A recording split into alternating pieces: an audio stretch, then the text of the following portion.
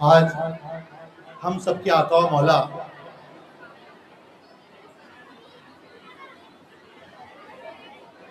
شیخ المشائخ سراج السالکین قطب العارفین فخر دو جگہ صوفی باصفا سیدنا مولانا حکیم محمد افتخار الحق صدیقی چشتی قادری نقشبندی سہروردی مجددی مجیبی یمنی روہتکی قدس اللہ العزیز کا 82واں سالانہ عرس مبارک ہے۔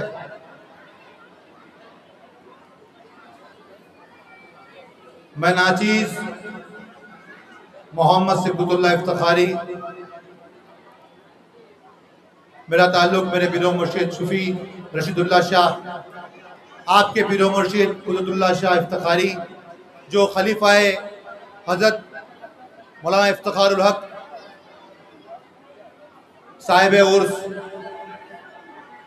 ہم سب کے آقا و مولا ہے۔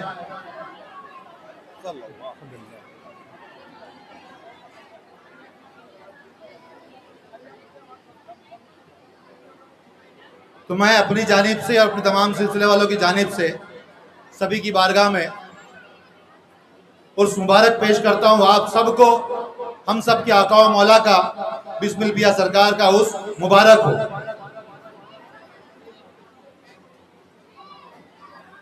بسم اللہ الرحمن الرحیم۔ اللہ ولی الذین آمنوا یخرجون من الظلمات الی النور والذین کفروا اولیاءهم الطاغوت یخرجونهم من النور الی الظلمات اولئک اصحاب النار هم فیہا خالدون۔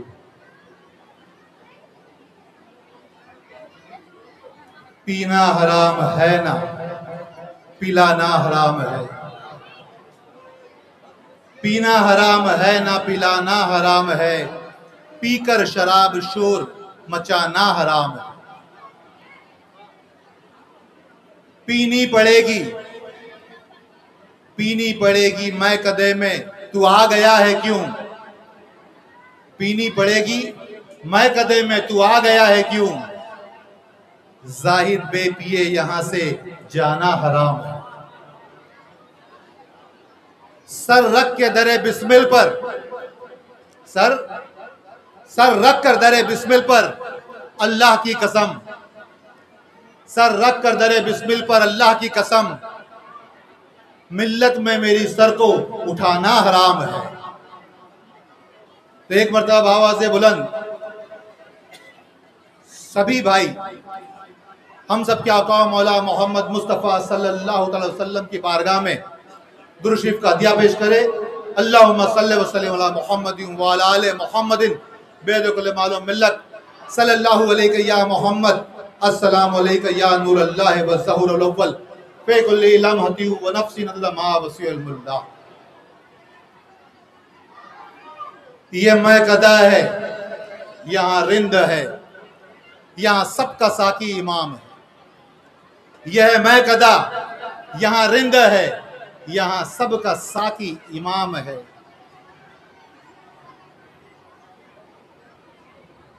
یہ میں قدا اے شیخ جی، یہ میں قدا یہاں رند ہے، یہاں سب کا ساقی امام ہے۔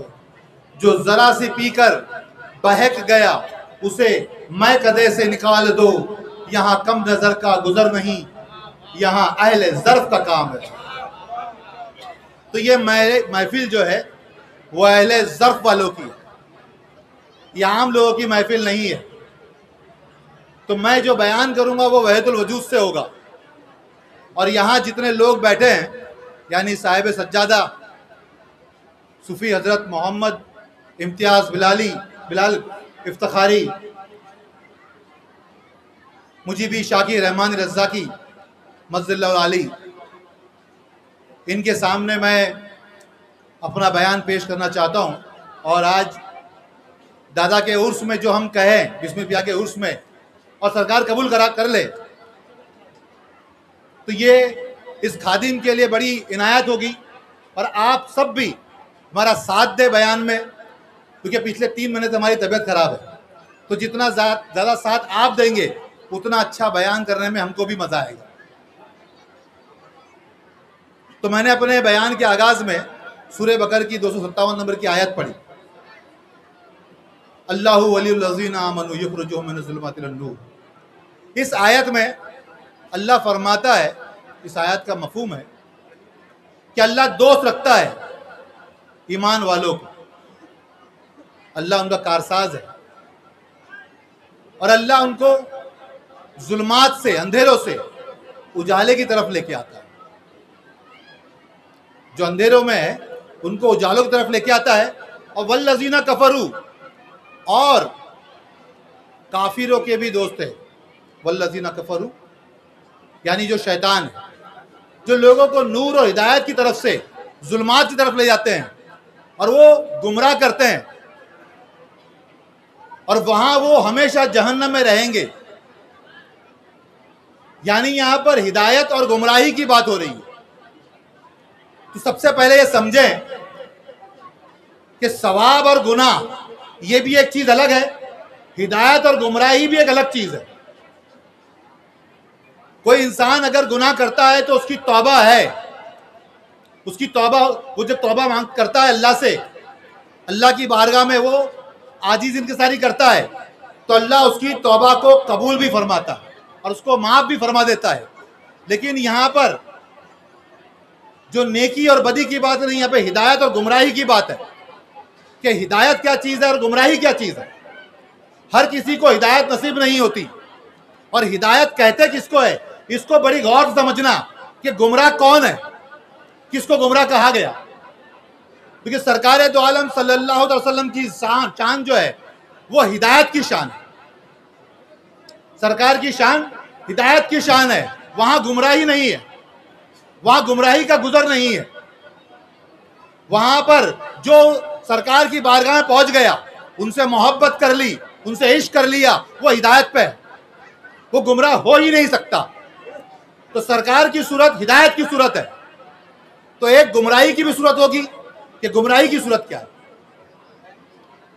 وحدت الوجود کا درس ایک ایسا درس ہے جو عام درس نہیں ہے. اللہ نے قرآن شریف میں بھی الگ الگ طریقے سے درس دیا ہے. وَهُوَ مَعَكُمْ أَيْنَمَا كُنْتُمْ، جہاں تم ہو وہی میں موجود ہوں، یہ اللہ نے قرآن شریف میں درس دیا. فَأَيْنَمَا تُوَلُّوا فَثَمَّ وَجْهُ اللَّهِ، جہاں رخ کرو ادھر اللہ ہی اللہ موجود ہے. فِي أَنفُسِكُمْ أَفَلَا تُبْصِرُونَ، میں تمہاری انفس میں موجود ہوں، کیا تم مجھے نہیں دیکھتے؟ یہ قرآن شریف میں ہے.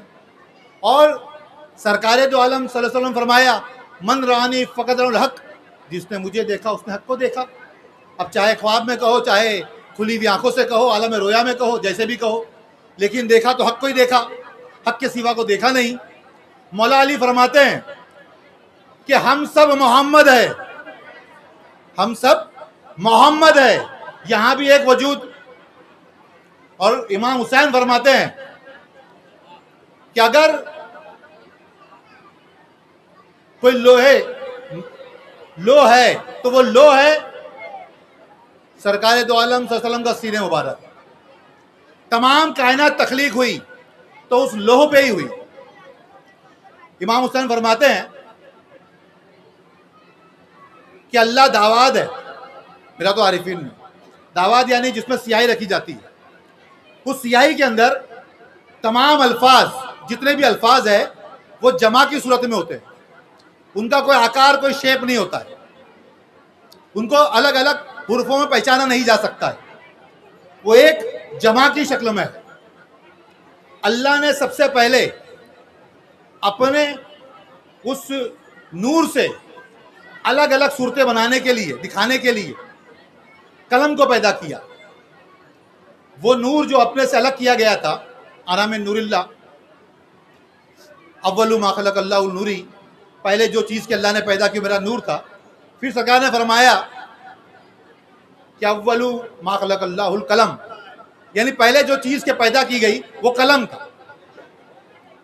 یعنی اس قلم سے اس داواد میں جو سیاہی موجود ہے اس کو حروفوں کی شکل میں الگ الگ کیا گیا. یہ حروفوں کی جو شکلیں جب الگ ہوئی، یعنی الف بے تے سے جیم ہے کھے، جب آپ الگ الگ حروف لکھے جاتے ہیں تو آپ اس کو پہچانتے ہیں کہ الگ الگ حروف ہے یہ.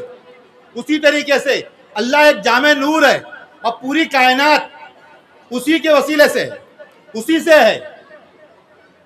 تو پہلے جو چیز کہ اللہ نے اپنے سے الگ کی ہے وہ نور محمد صلی اللہ علیہ وسلم ہے, اور اسی نور سے تمام مخلوقات کو پیدا کیا, اور وہ تمام مخلوقات الگ الگ الگ نظر آنے لگی. تو یہ تمام ظہور جو ہے وہ نور محمد صلی اللہ علیہ وسلم کا ظہور ہے. اور یہ وحدت الوجود کی پہلی ایک حدیث ایسی ہے, انا من نور اللہ و کل خلائق من نوری, کہ میں اللہ کے نور سے ہوں اور تمام موجودات میرے نور سے ہے. یہ سرکار سے ثابت ہے. اور حدیثوں میں بھی بہت ساری, اور بزرگ کے قول تو بہت ہے, لیکن میرا مقصد آج صرف اور صرف چھوٹی سی بات سمجھانا ہے کہ ہدایت کس کو کہتے ہیں اور گمراہی کس کو کہتے ہیں. لیکن وحدت الوجود کا میں نے صرف اشارہ قرآن سے, حدیث سے اور صحابہ کے قول سے بتا دیا. اب آپ کو سمجھنا ہے کہ سب سے پہلی چیز کہ ہدایت کیا ہے اور گمراہی کیا ہے. جب اللہ نے آدم علیہ السلام کی تخلیق کرنا چاہا تو اللہ نے فرمایا فرشتوں سے, اذ قال لهم للملائکۃ انی جاعل فی الارض خلیفہ, کہ میں اپنا نائب, اپنا قائم مقام, اپنا خلیفہ دنیا میں گرداننے والا ہوں. تو فرشتوں نے اعتراض کیا کہ تو ایسے کو کیوں بناتا ہے کہ جو دنیا میں جا کے قتل و غارت, خون ریزی کرے گا. یعنی انہوں نے اعتراض کیا جس کو انہوں نے دیکھا ہی نہیں ہے. ابھی صرف اللہ نے اتنا کہا ہے کہ میں ایسی ایک مخلوق کو زمین میں گرداننے والا ہوں جو میرا نائب ہوگا, میرا خلیفہ ہوگا. تو فرشتوں نے صرف سن کے اعتراض کیا.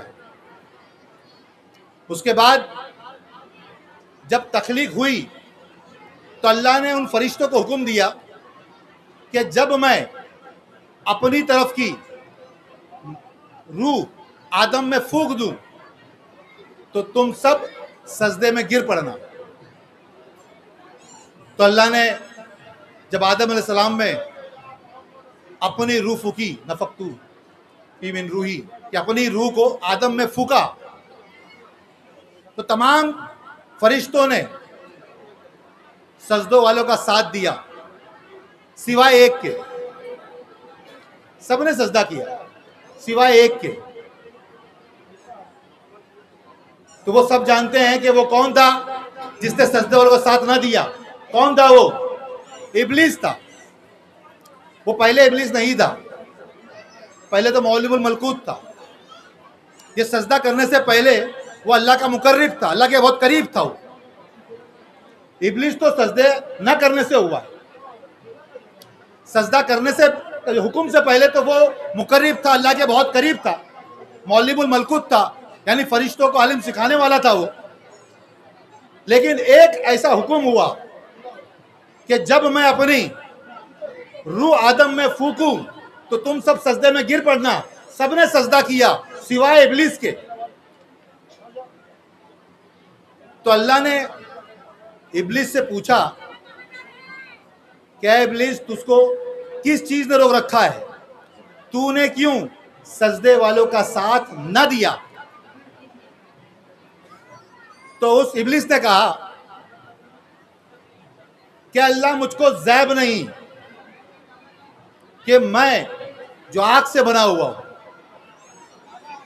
اور یہ سیاہ بودار یعنی کالی بدبودار گارے کی مٹی سے بنا ہے, میں آگ سے بنا ہوں, تو مجھ کو زیب نہیں کہ میں اس کو سجدہ کروں. تو اللہ نے کہا تو نکل جا میرے دربار سے, تو راندے درگاہ ہے, تو مردود ہے, تو دھتکارا ہوا ہے, نکل جا میرے دربار سے.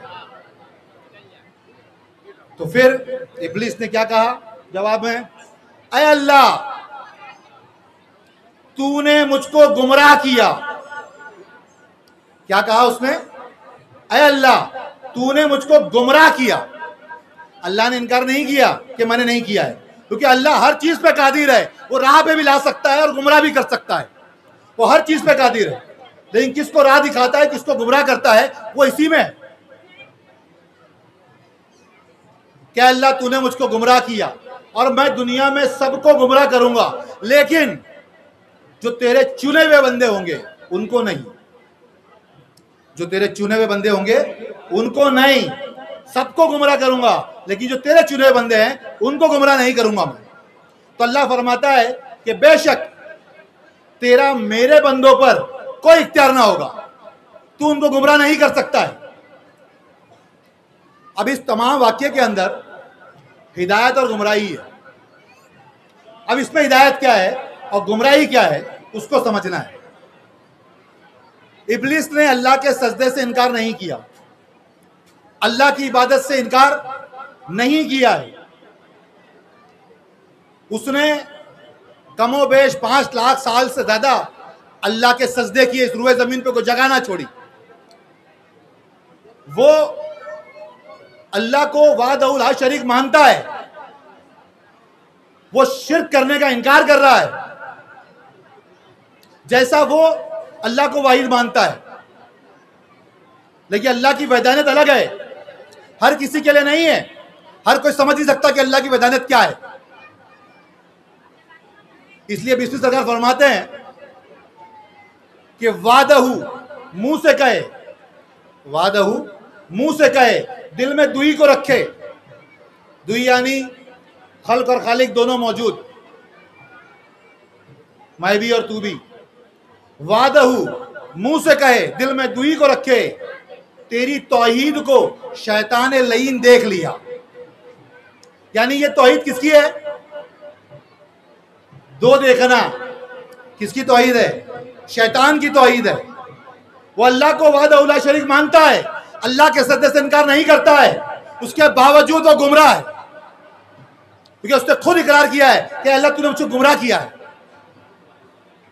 تو یہاں پر بات سمجھی جائے کہ آدم علیہ السلام کے سجدے سے انکار کیا تو وہ گمراہ ہو گیا, کیونکہ اس نے آدم کی حقیقت کو نہیں سمجھا. آدم کی حقیقت کو اس نے نہیں سمجھا, اور جس نے آدم کی حقیقت کو نہیں سمجھا وہی کون ہے؟ وہی گمراہ ہے, وہی راست سے بھٹکا ہوا ہے. اللہ کی درگاہ سے, اللہ کے دربار سے اس کو دھتکارا گیا ہے, لعنت کی گئی اس کے اوپر, جس نے آدم کی حقیقت کو نہ سمجھا. سب سے بڑی لعنت ہے یہ کہ جو آدم کو نہ سمجھے, اس کی حقیقت کو نہ سمجھے, ہدایت پہ آ ہی نہیں سکتا. کیونکہ سورہ بقرہ کی پہلی آیت الف لام میم, تو اس پر نہیں جاؤں گا میں. ذالک الکتاب لا ریب فیہ ھدی للمتقین, یہ کتاب جعل نہیں ہے, اس میں کوئی شک و شبہات نہیں ہے, یہ ہدایت ہے متقی پرہیزگاروں کے لیے.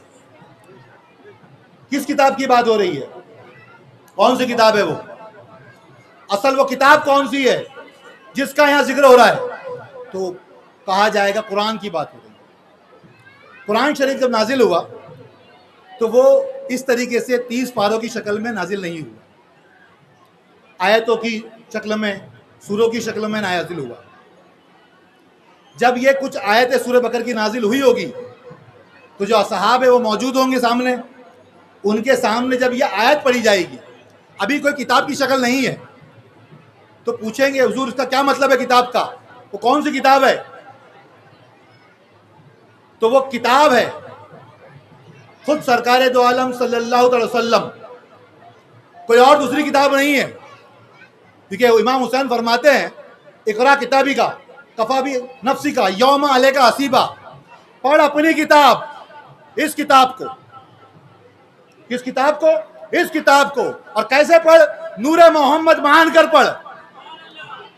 جس نے اس وجود کو نور محمد مان کر پڑھا ہے اور مان لیا کہ یہی نور محمد صلی اللہ علیہ وسلم وجود ہے, اور جب یہ یقین کر لیا تب وہ ہدایت پہ آ گیا اور اسی کی تلاوت کی. کیونکہ تلاوت الوجود وحدت الوجود میں موجود ہے. سراپا نور محمد صلی اللہ علیہ وسلم اپنے مرشد کو ماننا اور اپنے وجود پہ تصور کرنا اس کی تلاوت ہے. تو ہدایت پہ آنے کے لیے سب سے پہلے کیا ہے؟ کہ نور محمد صلی اللہ علیہ وسلم اپنے وجود پہ تسلیم کر لینا. جب تک نہیں کیا ہے وہ گمراہ رہے گا، جیسے ابلیس گمراہ رہا. ابلیس نے کیا کیا ہے؟ آدم علیہ السلام کے اندر جو وہ نور موجود ہے، کیونکہ مولانا روم فرماتے ہیں کہ آدم علیہ السلام کے اندر اگر وہ اللہ کی ذات موجود نہ ہوتی، آدم علیہ السلام میں اگر وہ اللہ کی ذات موجود نہ ہوتی تو فرشتوں کا وہ سجدہ حرام ہوتا، وہ سجدہ کرنا ان کا حرام ہو جاتا. اگر آدم میں اللہ کی وہ ذات موجود نہ ہوتی تو جس نے اس ذات کو نہ دیکھ پایا، جو آدم میں اس ذات کو نہ دیکھ پایا، وہ راہ راست سے گمراہ ہے. تو آج بھی اگر آپ نے اپنے وجود کی حقیقت کو نہیں جانا ہے ابھی تک، تو آپ راہ راست پہ آئے ہی نہیں. راہ راست پہ آنے کا سب سے پہلا اگر کوئی راستہ ہے تو وہ تم سے ہی ہو کے گزرتا ہے، کہیں اور سے نہیں. یہاں لوگوں نے بہت بیان کیا کہ اللہ کی راہ میں یا الذین آمنوا اتقوا اللہ وابتغوا الیہ الوسیلہ، کہ اللہ اے ایمان والو، اللہ ایمان والوں سے فرما رہا ہے کہ اے ایمان والو اللہ کی راہ میں وسیلہ تلاش کرو، وجاہدوا فی سبیلہ، یعنی اللہ کی راہ میں جہاد کرو.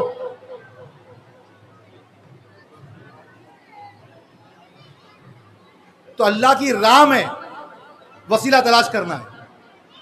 وسیلہ جو ہے وہ اللہ کی راہ میں ہوگا. ایک راہ کی بات ہو رہی ہے، ایک راستہ جو صراط مستقیم بھی کہا جاتا ہے.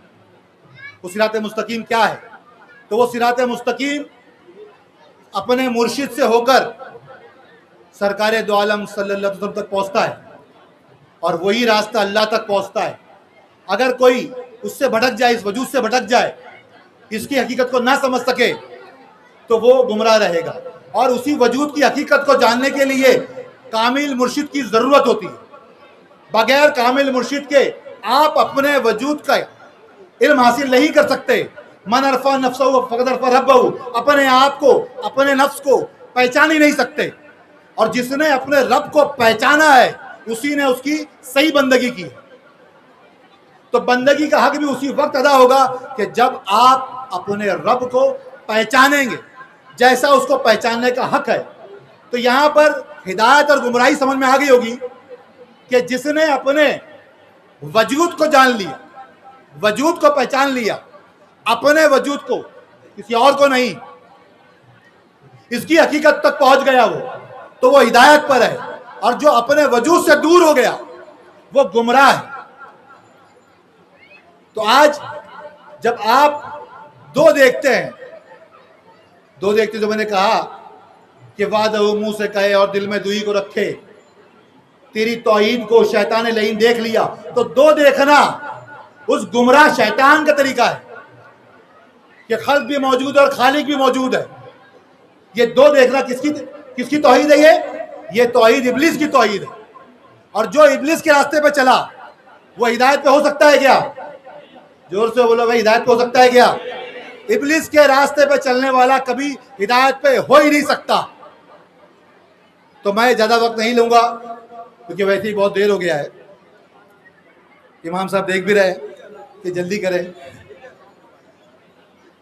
تو آپ کو میں اس سوچ کے ساتھ چھوڑے جا رہا ہوں کہ سب سے پہلے تو آپ ایسے مرشد کو تلاش کریں، اگر آپ کے پاس مرشد نہیں ہے، کہ جو آپ کو آپ کی پہچان دلائے. کیونکہ ہمارے گھرانے میں سب سے پہلے جو مرید ہوتا ہے، ہاتھ پکڑتے ہی اس کو اس کی پہچان دی جاتی ہے، اس کو رب تک پہنچایا جاتا ہے. یہ ہمارے گھرانے کا طریقہ ہے. اگر آپ کے پاس کوئی مرشد نہیں ہے تو کامل مرشد تلاش کرے، اور اگر ہے تو پھر اس کی پیروی کرے، جیسا وہ بتائے اس راستے پہ چلے اور اللہ تک پہنچے، اس حقیقی رب تک پہنچے اور اپنے وجود تک پہنچے. یہ ہے بیت الوجود. تو میں نے مختصر سی ہدایت و گمراہی بیان کی ہے. میرے کچھ کہنے میں کچھ کوتاہی ہو گئی، کچھ غلطی ہو گئی ہو تو اللہ اپنے حبیب کے صدقے معاف فرمائے، اور ہم سب کی حاضریوں کو بسم الپیا کے صدقے میں جو بھی ہم یہاں پر نظر نیاز پیش کر رہے ہیں یا حاضری پیش کر رہے ہیں، اس سرکار دو عالم صدقے میں، بسم اللہ کے صدقے میں قبول فرمائے۔ ہم سب غلاموں کو اپنی بارگاہ میں قبول فرمائے، ہم سب غلاموں کو ان کی غلامیوں کو اپنی بارگاہ میں قبول فرمائے، ہم سے خدمات لے، سلسلے خدمات لے، اچھے ہم سے کام لے، اور ہماری نیتوں کو ہمیشہ خلوص دل والی رکھے، نیک نیت رکھے، کبھی کوئی نفس حاوی نہ ہونے پائے، اور ہم دل سے کام کریں۔ تو آخری مرتبہ سب لوگ ہمارا جو نعرہ ہے وہی لگائے، یا بسمیل، یا بسمیل، یا بسمیل، حق بسمیل۔ سب کو اس سے پاک مبارک ہو، مبارک ہو، مبارک ہو۔